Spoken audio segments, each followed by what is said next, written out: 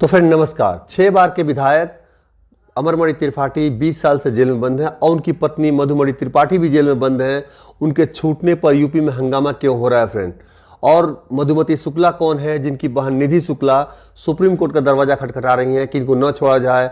मधुमती शुक्ला की के फादर रो रो के बुरा हाल है कि इनको न छोड़ा जाए। आखिर में कहानी क्या है फ्रेंड?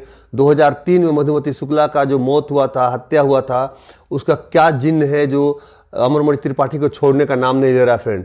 और इतना रसूखदार नेता जो हर सरकार में मंत्री होता था, वो 20 साल से जेल में क्यों बंद है? सारे रसूख उनका खत्म हो गए जेल में ही। तो चलिए कहानी शुरू करते हैं फ्रेंड, मधुमती शुक्ला का हत्या का। इसमें लव, सेक्स एंड धोखा सब कुछ मिलेगा इसके अंदर, इस कहानी के अंदर फ्रेंड। तो फ्रेंड कहानी जरूर सुनिएगा पूरा कि मधुमती शुक्ला कौन थी, इनका हत्या कैसे हुआ और अमरमणि त्रिपाठी का रोल क्या था। इसमें टोटल A to Z बताने वाला हूँ फ्रेंड। तो कहानी शुरू होता है 1979 में जन्मी मधुमती शुक्ला, जिनका जन्म लखीमपुर खीरी में हुआ था। तो 14 से 15 साल की उम्र में ही ये कविता करने लगी थी। शुरू से इनका कविता में रुझान था और वीर रस की कविता करती थी। मंच पर बड़े बड़े नेताओं, प्रधानमंत्री तक को खरी खोटी सुनाने में कभी हिचकती नहीं थी। तो धीरे धीरे इनका ख्याति बढ़ने लगा। पहले लखीमपुर खीरी यूपी में ही वो कविता करती थी मंच पर जा करके, लेकिन जब फेमस हुई तो दूसरे प्रदेशों से भी, जैसे हरियाणा से, दिल्ली से भी इनको मंच पर कविता करने के लिए बुलावा आने लगा। इसी क्रम में इनको बुलावा आया दिल्ली में। सन 2000 में दिल्ली में कविता करने के लिए बुलाया गया। तो वहाँ पे बहुत लोग बैठे थे, बहुत बड़ा मंच था। तो उसमें बहुत सारे कवि अपना बात कर रहे थे। इसी में मधुमती शुक्ला जो मुश्किल से 20 साल की उम्र था, वो बहुत मजे हुए कवि के हिसाब से वो कविता कर रही थी मंच पे। उसी कवि सम्मेलन में अमरमणि त्रिपाठी की माँ भी गई थी सुनने के लिए और उनकी बहन भी थी कविता सुनने के लिए। उनकी माँ को कविता से बहुत लगाव था, वो जाकर कविताएं सुनती थी जो कवि लोग बोलते थे। तो जब कविता खत्म हुआ तो अमरमणि त्रिपाठी की माँ जा करके इनसे, मधुमती शुक्ला से मिलती हैं। भाई आप हमारे यहाँ के हो तो एक बार हमारे घर भी आया करो, लखीमपुर खीरी से दिल्ली या कभी आओ तो हमारे घर भी आओ। तो जब ये न्योता सुन लेती हैं तो उस टाइम तक मधुमती शुक्ला को भी मालूम था अमरमणि त्रिपाठी कौन है, क्योंकि उस टाइम बसपा सरकार था और उसमें मंत्री थे और उनका नाम बहुत ही फेमस था।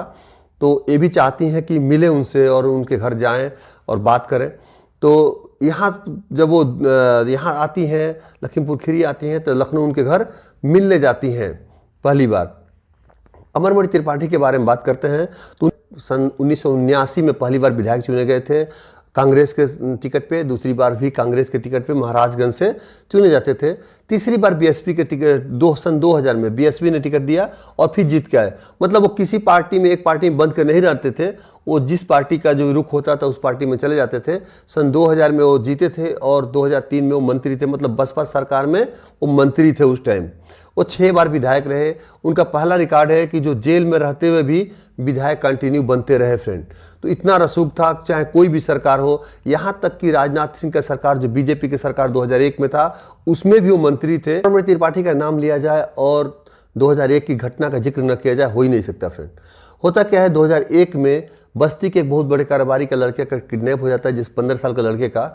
और जब हो हंगामा होता है, चूंकि बड़ा कारोबारी है, हो हंगामा होता है, जब पुलिस जांच करती है तो पाती है कि उस लड़के को लखनऊ में अमरमणि त्रिपाठी के कोठी पर रखा गया था। तो जब जांच आगे बढ़ती है, जब हंगामा ज़्यादा बढ़ता है, तो यहाँ तक कि उनको मंत्रिमंडल से बर्खास्त भी किया जाता है। तो उनका कहानी ऐसा है कि कई बार इसमें आए थे और हरिशंकर तिवारी जो बहुत बड़े नेता थे, उनके उत्तराधिकारी भी कहे जाते हैं कि यही थे। तो इस तरह उनका बहुत ही रसूख था उस टाइम। और जब 2000 में, सन 2000 में जब मधुमती शुक्ला पहुंचती हैं उनके घर, अमरमणि त्रिपाठी के घर, और उनसे मिलती हैं, तो पहली बार तो बात नहीं होता है, लेकिन जब क्या होता है, इनके राजनीति के चकाचौंध में मधुमती शुक्ला भी खोती चली जाती हैं और अमरमणि त्रिपाठी के घर आना जाना इनका लगा रहता है। जब भी लखनऊ जाती हैं अमरमणि त्रिपाठी से के घर जाकर उनकी माँ से मिलती है, बहन से मिलती है, घर में अच्छा रिलेशन हो जाता है। कई बार उनकी माँ भी जाती है उनके घर, तो इस तरह घरेलू रिलेशन हो जाता है। जब कई बार जाते आते एक बार दोनों को आंखें चार होती है। उस टाइम शादीशुदा थे अमरमणि त्रिपाठी, उनकी मधुमणि पत्नी थी। लेकिन वो जब दोनों मिलते हैं तो दोनों में धीरे धीरे प्यार बढ़ जाता है और बाहर मिलने लगते हैं। कहानी चलता रहता है, सब कुछ अच्छा रहता है। और इनका जो राजनीतिक करियर था बहुत हाई था, ऊंचाई पर, आखिरी समझ सकते हैं ऊंचाई पर था 2003 में। तो मंत्री थे, कोई भी सरकार आता था, मंत्री बनाना आसान नहीं है, लेकिन इनको मंत्री बनाया जाता तब इनका रसूख ज़्यादा था, इनका बोलबाला था उस टाइम। लेकिन होता क्या है, 2009 मई 2003 को लखनऊ के पेपर मिल कॉलोनी में मधुमती शुक्ला के घर दो आदमी आते हैं और दोनों क्या करते हैं, जब चाय पीने के लिए दरवाज़ा खोलता है मधुमती शुक्ला का नौकर देशराज, जो दोनों बैठ जाते हैं। मधुमती शुक्ला बोलती है नौकर से कि जाओ चाय बना कर लेके आओ। जब चाय बनाने के लिए किचन में जाते हैं तब तक गोली की आवाज़ आती है, भाग के आता है वो किचन से, देखता है कि मधुमती शुक्ला बिस्तर पे लहूलुहान पड़ी थी। उनको लेकर के तुरंत आनन फानन में फ़ोन करता है पुलिस के पास, चाहे बहुत लोग आते हैं, उठा के हॉस्पिटल लेके जाते हैं। लेकिन जैसे वो किचन से आता है देखता है दोनों लोग भाग रहे होते हैं। अब इसको हॉस्पिटल लेके जाते हैं, हॉस्पिटल लोग में डॉक्टर लोग बोलते हैं कि मतलब मौत हो गया इनका। हॉस्पिटल पहुंचने के बाद मौत हो जाता है। अब इनका पोस्टमार्टम के लिए जाता है। उस टाइम अमरमणि त्रिपाठी भी हॉस्पिटल में पहुंच जाते हैं कि उनके पोस्टमार्टम में सब लोग समझते हैं कि अमरमणि त्रिपाठी आए हैं तो हो सकता है घरेलू संबंध है, इसके लिए वो मिलने के लिए आए हैं, चाहे देखने के लिए आए हैं, भाई क्या हो रहा है, कैसे हो रहा है, कुछ हेल्प कर दें। तो उनके गम में शामिल होने के लिए आए थे वो।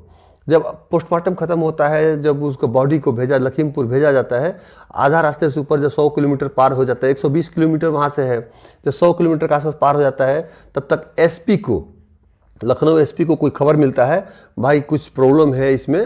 वो तुरंत फ़ोन करते हैं पुलिस को और बोलते हैं कि इस लाश को वापस लेके आओ, बॉडी को वापस लेके आओ, दोबारा पोस्टमार्टम होगा। क्योंकि पहला पोस्टमार्टम में कुछ राज को छुपाया गया था, हो सकता है इनके दबाव में छुपाया गया हो, क्योंकि उनके प्रेग्नेंट थी, इसके बारे में किसी को पता नहीं था। लाश को दोबारा लेके जाया जाता है। होता क्या है कि मधुमती शुक्ला एक डायरी लिखती थी, वो डायरी में डेली रूटीन लिखती थी और अपने बहन को हर बात बताती थी। निधि शुक्ला को अमरमणि त्रिपाठी से रिलेशन के बारे में सब कुछ बताया था और डायरी में भी रोज लिखती थी कि आज मेरे साथ ऐसा हुआ, मैं इतना एक काम किया, वो काम किया, प्रेग्नेंट हुई इतने महीने का, सब कुछ में लिखा रहता था। कि शुक्ला क्या करती हैं, पुलिस को दे देती हैं। अब क्या होता है, दोबारा पोस्टमार्टम होता है तो उसमें 7 महीने गर्भवती पाया जाता है उनको, अब मधुमती शुक्ला को। और उसके बाद से क्या होता है, जांच जब उनकी बहन निधि शुक्ला आरोप लगाती है अमरमणि त्रिपाठी पे, तो उनका फिटस का जो जांच होता है अमरमणि त्रिपाठी से डीएनए से जांच कराया जाता है, दोनों को मेल खा जाता है। अब क्या होता है कि जब हंगामा शुरू होता है तो पहले तो पुलिस जांच करती है, यूपी पुलिस, लेकिन जब मायावती सरकार पर देखा जाता है कोई ज़्यादा दबाव नहीं है, जब ज़्यादा हो हंगामा होता है, चूंकि फेमस हो गई रहती है उस टाइम मधुमती शुक्ला और बड़ा कांड हो जाता है लखनऊ में, तो सीबीसीआईडी को दे दिया जाता है। सीबीसीआईडी को देने के बाद भी जब हंगामा नहीं रुकता है, सब नेता लोग उसके खिलाफ बोलते हैं, सरकार के खिलाफ, आखिर में मायावती को सीबीआई को देना पड़ता है इस केस को।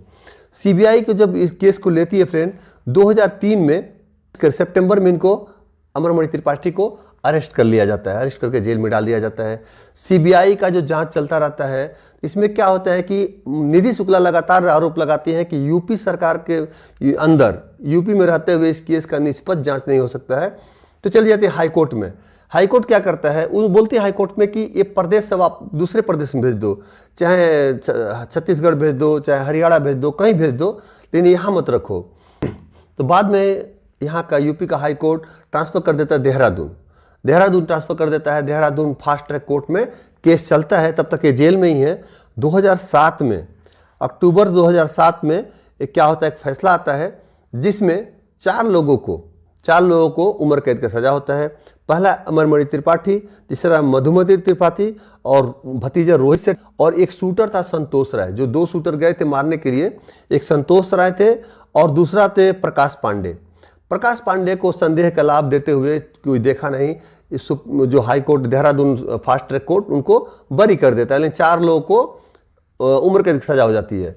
उम्र कैद सजा होने के बाद क्या होता है कि अमरमणि त्रिपाठी नैनीताल हाई कोर्ट में उनको रिवीजन डालते हैं, दोबारा जांच के लिए डालते हैं, दोबारा सुनवाई के लिए डालते हैं। दोबारा जब सुनवाई होता है फ्रेंड, तो चारों तो सजा बरकरार रहता ही है।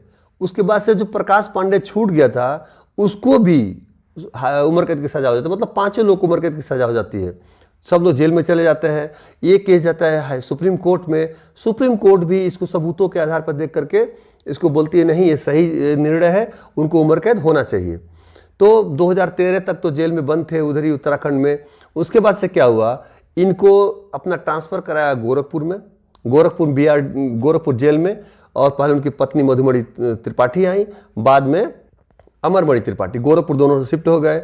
शिफ्ट होने के बाद क्या होता है, दोनों को बीमारी, कौन सा बीमारी होता है मालूम नहीं, दोनों बीआरडी कॉलेज में भर्ती होते हैं और 10 साल में 8 साल से ऊपर दोनों बीआरडी कॉलेज के एक रूम में इलाज कराते हैं और इलाज होता रहता है। 20 साल बीतने के बाद ऐसा सरकार का रूल है कि 20 साल के बाद चाहे अपने सजा का 1/3 हिस्सा पूरा करने के बाद अच्छे चाल चरण के कारण, आचरण के कारण किसी को छोड़ा जा सकता है। तो यूपी गवर्नमेंट ने अभी डिसीजन लिया कि इनको 20 साल पूरा हो गया, 20 साल से ज़्यादा हो गया तो उनको छोड़ा जा सकता है। इसी को लेकर के इतना हंगामा हो रहा है कि इनको न छोड़ा जाए। इन्होंने कोल्ड ब्लडेड मर्डर किया था और उनकी पत्नी भी उसमें बराबर की भागीदारी थी। तो इसको लेकर के निधि शुक्ला वो सुप्रीम कोर्ट चली गई कि भाई इनको न छोड़ा जाए, और उनके पिता भी रो रहे हैं। तो फ्रेंड, आप लोगों को कहानी कैसा लगा? ये पूरी सत्य घटना पर आधारित है फ्रेंड। पूरा ये यूपी के राजनीति को हिला देने वाली कहानी थी। जो इतने रसूखदार, इतने दबंग नेता को इतने सालों तक जेल में रखा, इस कहानी से यही मिलता है कि भाई आप कितना रसूखदार हो, कानून से बड़ा कोई नहीं है। तो फ्रेंड, अगर आप लोगों का बर्थडे हो, कोई सालगिरह हो, आप लोग कमेंट करेंगे तो मैं अपने वीडियो में ज़रूर आप लोगों का नाम लूँगा और बताऊँगा भाई इस दिन इनका बर्थडे है। तो मिलते हैं नेक्स्ट स्टोरी में। ओके फ्रेंड, जय हिंद, जय भारत।